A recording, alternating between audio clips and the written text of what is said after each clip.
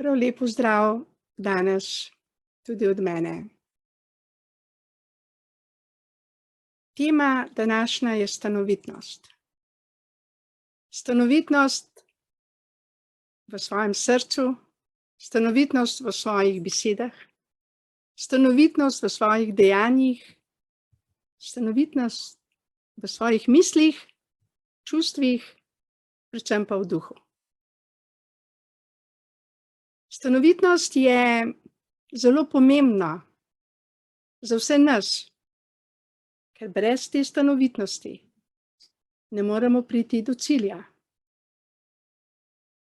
Pred leti sem se odločila za brezpogojno ljubezen.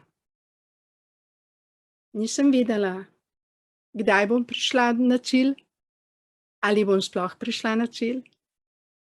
Nisem vedela, kaj me se čaka na poti. Želela pa sem si svobodo. Svobodo duha, svobodo svojih misli, svobodo življenja. Bila sem v sistemu, tako kot marsikdo izmed nas. Niti nisem vedela, kako močno sem v sistemu. Nisem bila srečna. Bila sem tudi precej bolana, zmedena, nestanovitna, brez trdnih temeljev, nesrečna. In ko sem spoznala resnico, ki naj bi me osvobodila, sem si jo oprijela kot zadnjo bilko. In še vedno jo trdno držim. To je brezpogojna ljubezen. Prva alineja 9. člena Društva za srečno življenje Belize. Že leta 1988, ko sem prišla iz Montane, s hčerko sva prišla iz Montane, sem aktivno začela delati na tem, da bi prišla na cilj. Iskrena sem bila do sebe in do svojega novega cilja. Po več ur na dan sem molila v svojem stanovanju in skušala vse odpustiti, predvsem pa sama sebi, za vse zmote, zablode in temine, ki sem jih do takrat živela. Tega je bilo zelo veliko. Vendar sem čutila, da grem po milimeter naprej. Od leta 1988 do danes je 34 let moje stanovitnosti, moje osebne stanovitnosti za moj cilj, da bom imela v srcu brezpogojno ljubezen, mir, radost, srečo, predvsem pa zdravje. Biti stanoviten do svojih ciljev in ne obupati na poti, to je modrost, to je odločitev. To je volja, da prideš na cilj. In ne glede na to, kaj me je na poti čakalo, sem vedela, da moram nadaljevati to pot z brezpogojno ljubeznijo do sebe in do bližnjih. Jeseni leta 1988 sem bila na zanimivem teološkem seminarju Prenova duha, ker sem slišala stavek, ki me še danes odzvanja v mojem srcu.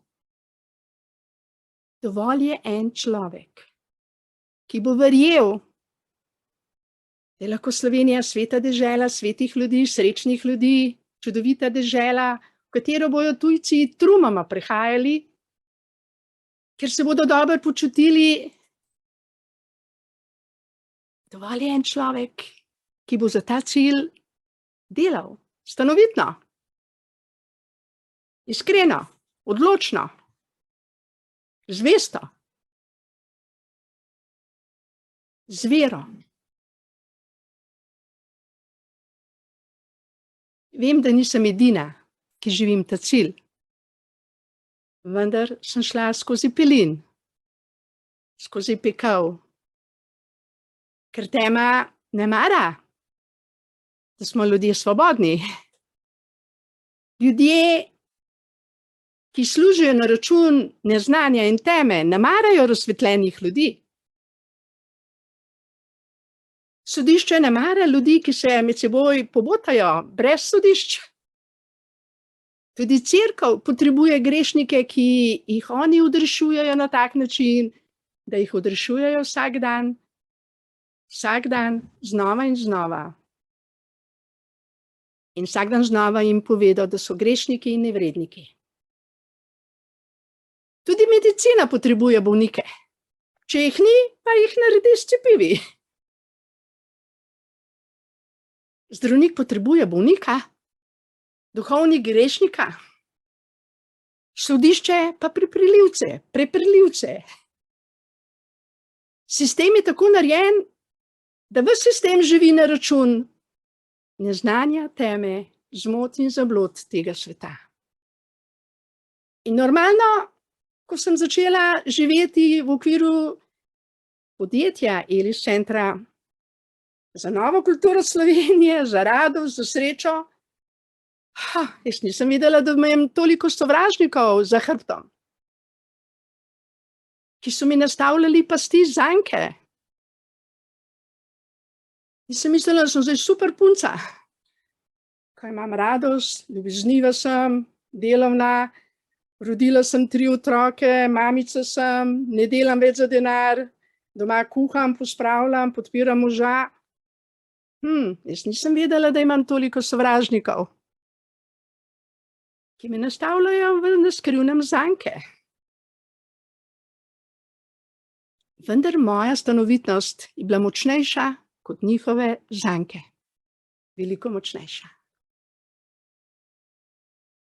Vsak izmed nas ima pravico, da svoje sanje živi, in nihče jih nima pravice ugasniti, preprečiti, se iz njih delati norca, mu nastavljati zanke, ga preizkušati in iskati šibke točke. Nihče. Naravni zakon ščiti življenje, zdravje, radost, mir. Matematična logika tudi ščiti vse to. In kdorkoli preprečuje zdravje, radost, mir, sprave, je antikrist, dela proti življenju in je kazensko odgovoren za to. Kdorkoli dela za mir, sprave, za srčnost, za ljubezen, za stanovitnost, je več kot vojak, je več kot predsednik vlade, je več kot zdravnik, je več kot duhovnik. Pa ne, da se povišuje. Ampak to je čudovito delo, ki prenaša luč, ljubezen, radost, zdravje, mir, trajne vrednote. In take ljudi je treba ceniti, se jim zahvaljevati, jih ceniti, spoštovati in jim omogočati, da svoje delo opravijo do konca. Ne, da jih ovirajo, ne, da jih kaznujejo, ne, da jim nastavljajo zanke, ne, da jih po krivem obsojajo, ne, da zaustavljajo njihovo delo. Ker to delo, ki se ga dela v Društvu za srečno življenje Belis, je sveto delo, čudovito delo. Delo za blagor vseh nas, za blagor celotne Slovenije, Evrope, sveta. In to je delo, ki je vredno hvaležnosti, spoštovanja, ljubezni, sočutja in sodelovanja. Belis so samo kratice za biblijsko resnico. Da če bomo imeli Boga, Božjo resnico na prvem mestu, bomo na tej poti ostali zvesti, trdni, neomajni, stanovitni. Ker kaj pa je Bog? Nekateri ko rečem besedico Bog, mislijo na rimokatoliškega Boga ali na cerkvenega Boga. Ne mislim na tega Boga. Mislim na pravega Boga, Boga življenja, na tega Boga, ki je ustvaril vse, kar je vidno in nevidno, ki nam daje sonce, luno, zrak, vodo, ljubezen, naravo, ta naravni zakon, ki je tako močan, ki ga nihče ne more uničiti, poteptati, zatajiti, uničiti. Ne da se ga. To je živi Bog. Kako mu rečemo, ni pomembno. Vem, da je ogromno ljudi v srcu ranjenih strani inštitucij. Tudi jaz sem ranjena. Veliko ran so inštitucije naredile ljudem. In če ne bomo odpustili, bojo rane v naših srcih.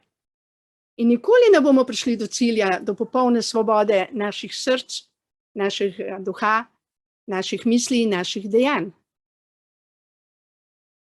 Osnovna molitev, ki nam je Gospod Jezus zapustil, je: Oče naš, odpusti nam vse naše dolgove, saj tudi mi odpuščamo svojim dolžnikom.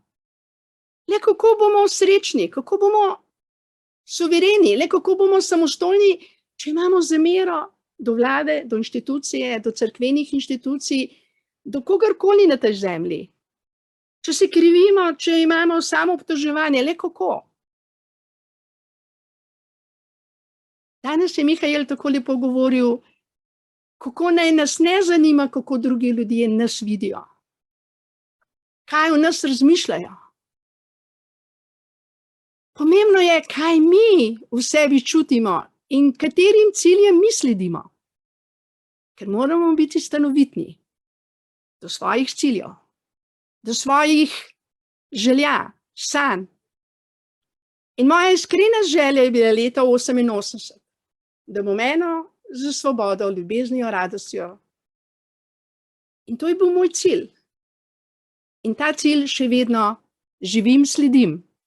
Stanovitno.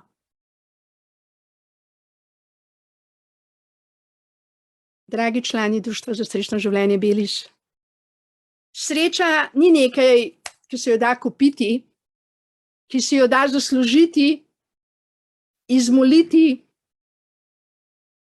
na skrivnem pridobiti, jo ukrasti. Ne. Sreča je stanje duha. Sreča je stanje dajanja, služenja. Kaj dajemo iz svojega srca navzven? Ali dajemo sodbo? Ali dajemo brezpogojno ljubezen? Ali smo sočutni? Ali smo strpni? Ali smo srčni? Ali služimo? Ali smo obsojujoči, nestrpni, nemirni? To je od nas odvisno. To, kar dajemo, to gre skozi nas. In če gre skozi nas milost, sočutje, ljubezen, se tako tudi mi počutimo. Smo blagoslovljeni. Če dajemo sodbo, smo obsojeni. Ker sodba tudi nas rani. Zamera tudi nas rani. Znano je, da zamera je rak. Znano je, da vsaka jeza vpliva na jetra. Znano je, da vsaka čustvena rana vpliva na pljuča. Kako bomo popolnoma zdravi v telesu, če se jezimo, če smo žalostni, če smo nestrpni? In če ne vemo, zakaj je modro imeti brezpogojno ljubezen v srcu, v dejanjih, v mislih? Moja stanovitnost mojemu cilju od leta 1988 je bila moja osebna odločitev. Ker sem imela dovolj trpljenja. Najprej sem šla na materialni post. Kaj to pomeni?